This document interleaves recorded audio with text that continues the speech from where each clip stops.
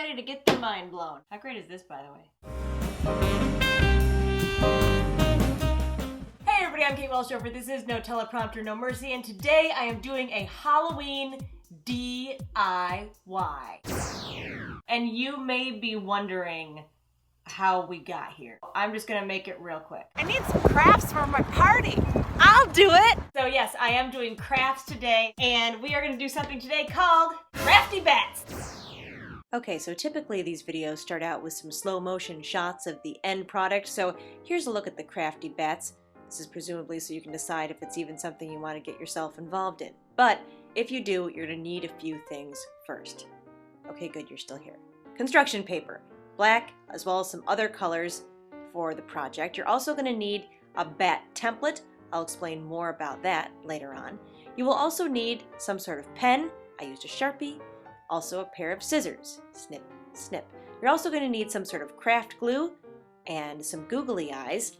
You'll also need a needle and some fishing line, as well as some tape. There you have it.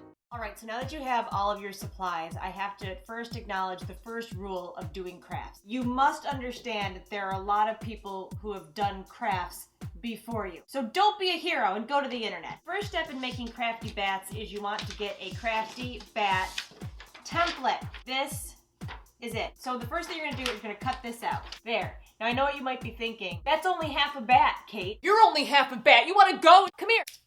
Yes, it is only half a bat. But there's a reason for it. God, DIY is stressful. You're gonna take your black construction paper and you're gonna fold it in half, like so. The next thing that you want to do is you want to take your half a bat and you want to take this flat portion and put it along the folded edge of the paper. Do you see where this is going? I hope so. Next thing you want to do is get some sort of pen. I'm using a Sharpie. You could use a pencil. It's black paper, so you just have to make sure that you can see it. I find that the Sharpie worked out pretty well. If you can draw a Crafty Bat freehand, well then, you can probably just shut off this video right now and go make your amazing Halloween crafts all by yourself. Once we have this, then you cut out the Crafty Bat following what you have just done. Now this is something that if you want, you could do with the whole family. You could do it with your kids, you know, if you don't care how it turns out. Now, watch. Look at that! It's like perfect. Now if you wanted, you could leave your Crafty Bat as is. Or you can do a little something extra. And I am going to do a little something extra. Clear out your workspace and throw your stuff on the floor. So what I did is I repeated this process 12 to 13 more times. I feel like Crafty Bats run in packs. Let's move on. I just bought these little googly eyes at the store and I have some craft glue. Probably see where I'm going with this. This is how you give your Crafty Bat a little bit of personality. So all you do, very simple, put a little dot of glue on. Now,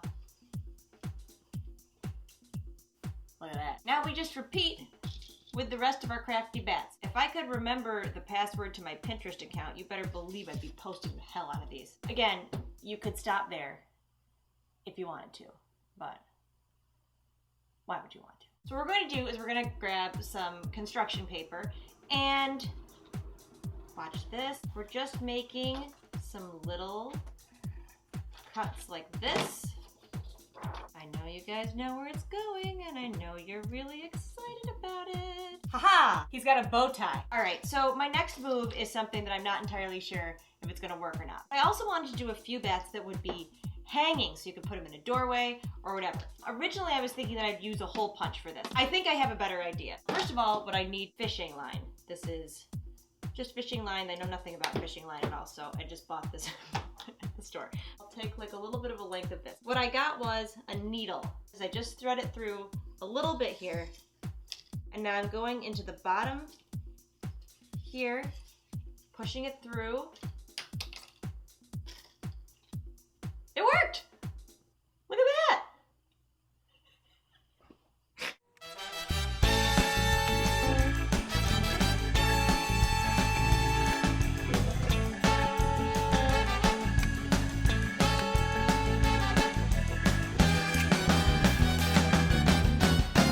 really excited about these crafty bats.